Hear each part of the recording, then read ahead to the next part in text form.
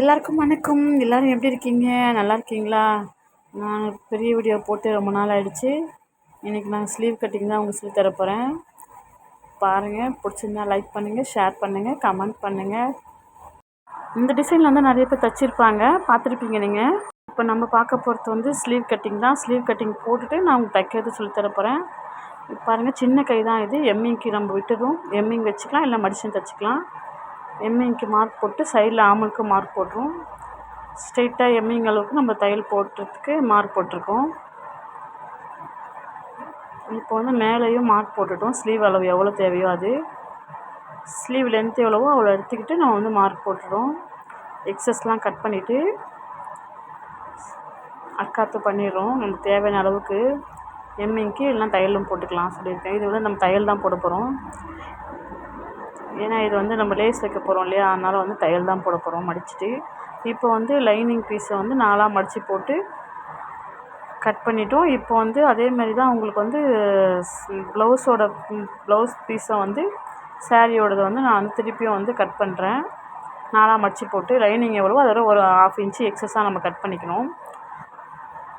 Cut பண்ணிவிட்டு டைமண்டுக்கு வந்து சென்டராக நான் மார்க் போடணும். 1 இன்ச்சுக்கு மார்க் போட்டுக்கலாம். இது வந்து எவ்வளோ நம்மளுக்கு கேட்குறாங்களோ அந்த அளவுக்கு நம்ம மார்க் போட்டுக்கலாம். இது சின்னதாகவும் வச்சுக்கலாம், பெருசாக வச்சுக்கலாம். இது 2 கை இருக்குது பாருங்கள். நான் ஒன்று தான் இப்போ தைச்சி காட்ட போகிறேன்.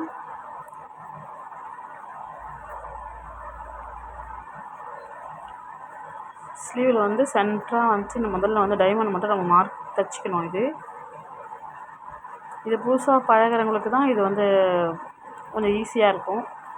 ஏற்கனவே தைக்கிறவங்களுக்கு கொஞ்சம் தெரியும்ல இதை பற்றிலாம், எல்லாமே எப்படி தைக்கணும்னு சொல்லிட்டு.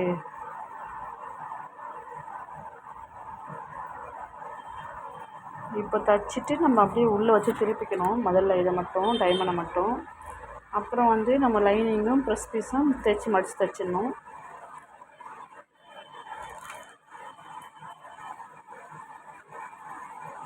இது சின்ன பசங்க போட்டுட்டு ஓப்பன் போடுறவங்க போட்டுப்பாங்க. இது நம்ம சென்டர் வேணான்னா மார்க் வேறு நம்ம டிசைன் கொடுத்துருவோம். சென்ட்ரல் ஓப்பனில் கூட வேணால் வச்சுக்கலாம் நம்ம. இது வந்து அது அப்புறம் ஓப்பன் தான். இது சின்ன பசங்க கை தான். இது லேஸ் எவ்வளோ தேவையோ அந்த அளவுக்கு நம்ம எடுத்துக்கலாம். இது நான் சமோசா லேஸ் தான் எடுத்துருக்கேன். சாரீ வந்து எல்லோ கலரு, அதனால் வந்து கோல்டும் கொஞ்சம் நெக்ஸ்ட்டு கலந்த மாரி நான் லேஸ் எடுத்துருக்கேன்.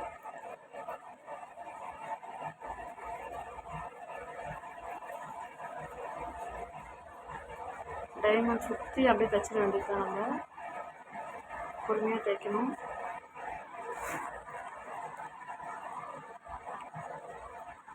இது அப்படி இதே வந்து நம்ம பேக் நெக்குக்கும் அப்படியே நம்ம யூஸ் பண்ணிக்கலாம். இதெல்லாம் நான் இந்த கைக்கு மட்டும்தான் யூஸ் பண்ணுறேன். இது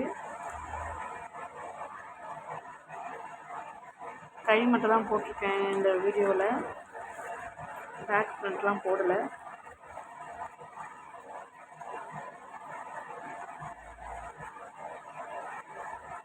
ஒரு தையல் போட்டு திருப்பி இன்னொரு தையல் வந்து லேஸில் வந்து நம்ம வந்து பிரியாமல் எடுத்துக்கும் போடணும். ஏன்னா சமோசா லேஸ் அப்படி பிரிஞ்சு வரும். அதனால் 2 தையல் போட்டணும். லைனிங்கும் ஜாயின் பண்ணிட்டேன். அவ்வளோதான். இது ஈஸியான மெத்தட் தான். நீங்களும் போட்டு பார்த்துட்டு எப்படி இருக்குன்னு சொல்லுங்கள். தேங்க்யூ.